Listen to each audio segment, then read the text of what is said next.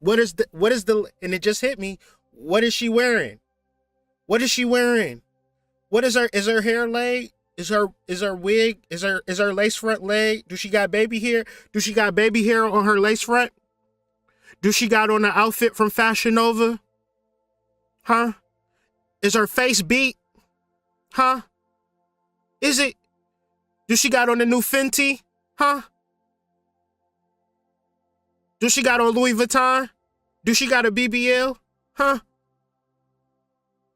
Or is she in her pure self listening and receiving the electromagnetic energy from her ancestors?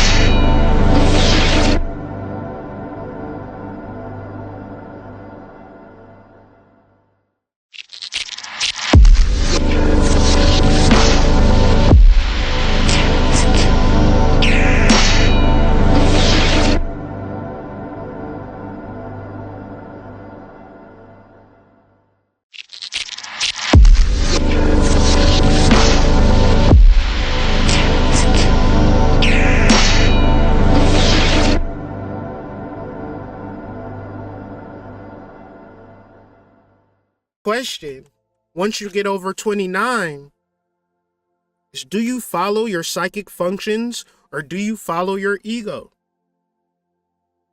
That's not a question that I'm asking y'all. That's a question that I'm asking you to meditate on. Are your intentions ego-based or are your intentions psychic-based? Are your hopes and desires ego-based or are your hopes and desires psychic-based? And I'll give you a hint. Your psychic self don't got no hopes and desires. It knows. You don't hope and desire for no corn to grow. You know you're going to grow that corn. Because you're integrating your physical life, the seed, with the living system, Gaia, Earth, to work in harmony to create something that you consciously could never create. This is why we give Ashe to the Earth. We give Ashe to the sun. We give Ashe to the moon. Because all of these contributing factors allow for life to exist. But all of these factors exist in the psychic realms. So why would I tune into what's already been created rather than create into the manifesting generators such as celestial objects? And the celestial objects in me, Saturn and the root chakra. Okay? Ones if it's making sense, twos if it just sound crazy. I'm almost finished. But this is what we do at the Learn Sidereal School of Astrology, School of Sidereal Astrology. This is Lecture 9.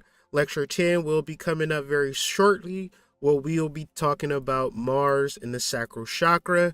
But once again, this is high-level esoteric information, and I just hope that it makes sense to you and you're able to take this energy or conversation and move it forward. One, if it's making sense. Two, if I just sound like a crazy person on YouTube. Now we're going to get into some Gnostic thoughts, and then we're going to get into some root chakra actuality activation. Okay?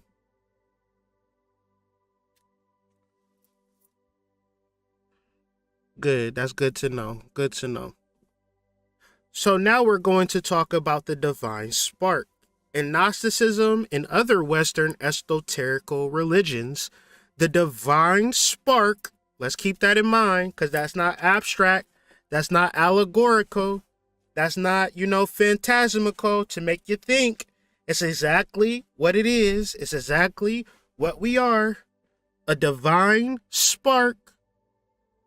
A divine spark.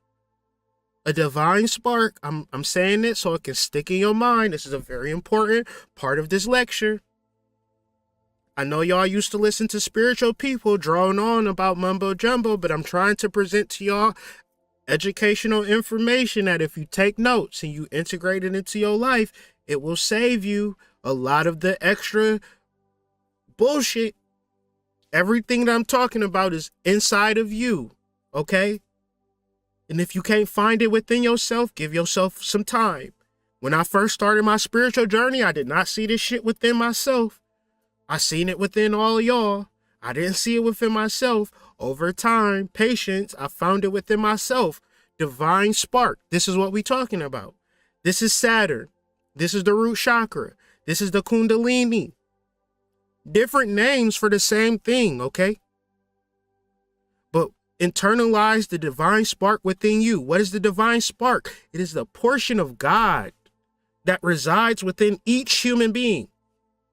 As we stated earlier when we started this live, if you're a human being, you probably listening to this. If you're not a human being, you wouldn't even be able to even tune in and tap into this message. So all human beings within all of us is a divine spark, which is Saturn, right?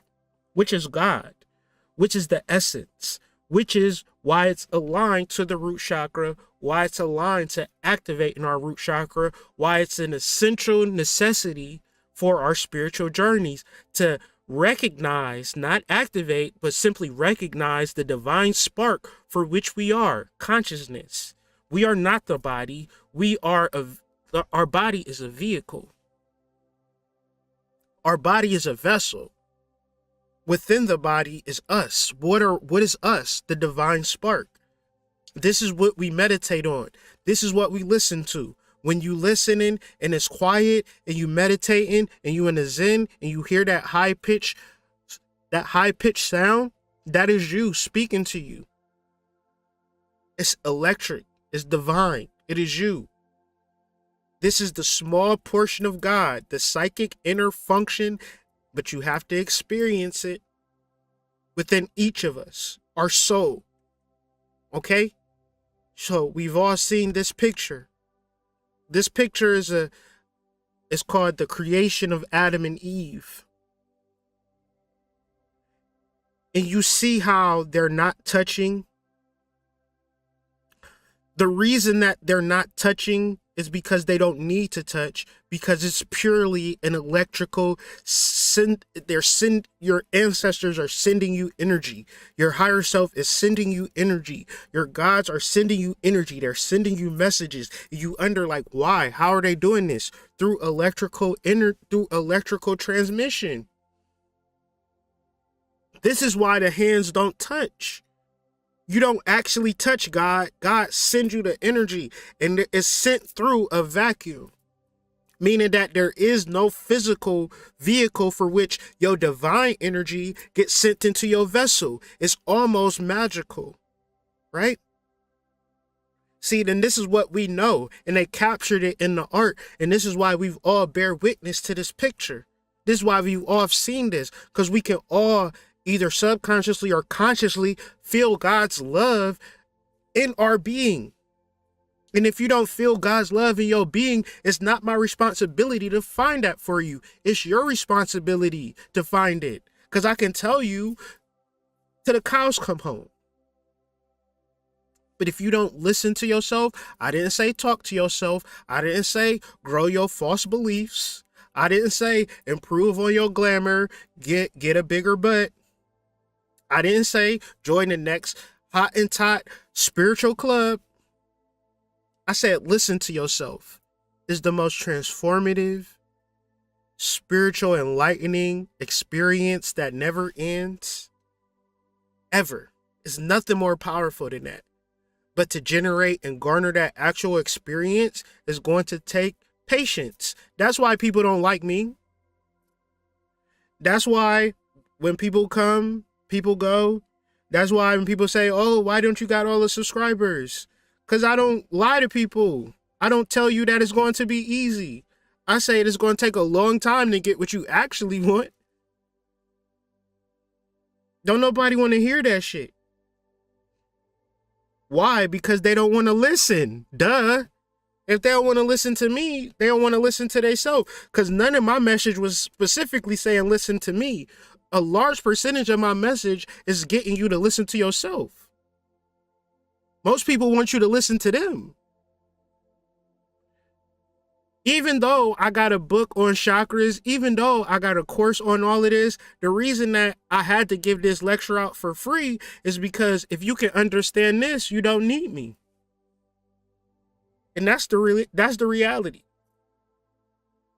Another conversation that we could have is Saturn and Banah, representing the black female or the black woman, and the black woman being the archetype of electromagnetic energy. It makes sense to me.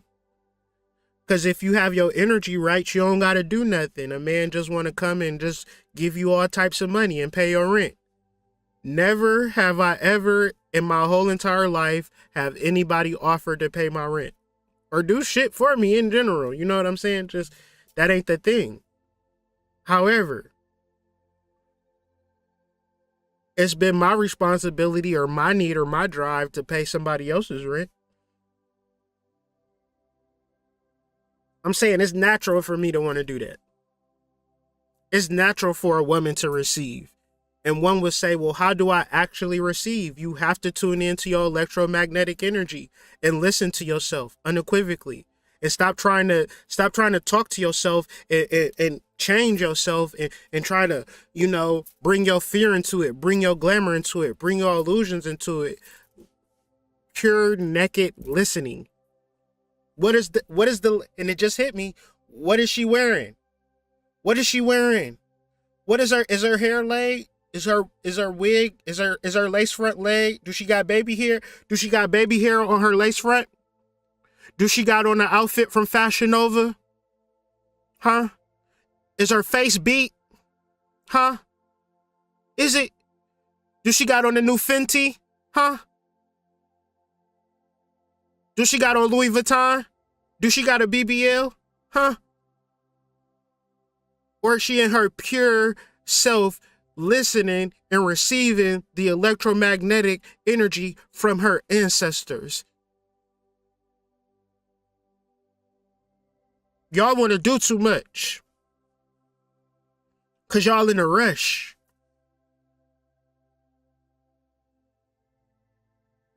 Y'all want to do too much because y'all in a rush and don't have the time to listen to all that source has to offer.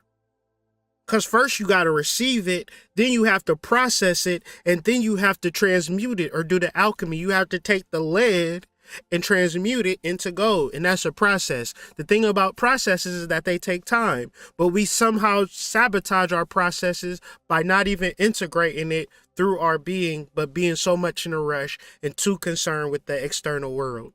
You really feel like you need to be successful to get connected to God. You really feel like it's something wrong with your hair, it's something wrong with your face. Do you see the art in this picture? Do you see the beauty in this picture? Do you see the Saturn in this picture? See, I want you to experience it. I want you to see it. I want you to understand it, overstand it. So when you see Saturn and you talk about it, you don't just say, you know what? I read some shit online about Saturn and Saturn in my first house and da-da-da-da. That don't matter, man. That's cap. Saturn is real, man. Motherfuckers don't know about Saturn. Saturn is you. You are Saturn. You got to tell me about Saturn. You got to tell me, what did your ancestors give you, man? This is what my ancestors gave me. What am I doing for y'all? I'm giving it to y'all. Period. I'm not deep. I am not deep. I'm just a vessel for the divine, period. And I'm so grateful. I'm so grateful, right? So how do you activate your root chakra? How do you bring in your electromagnetic energy? By grounding or earthing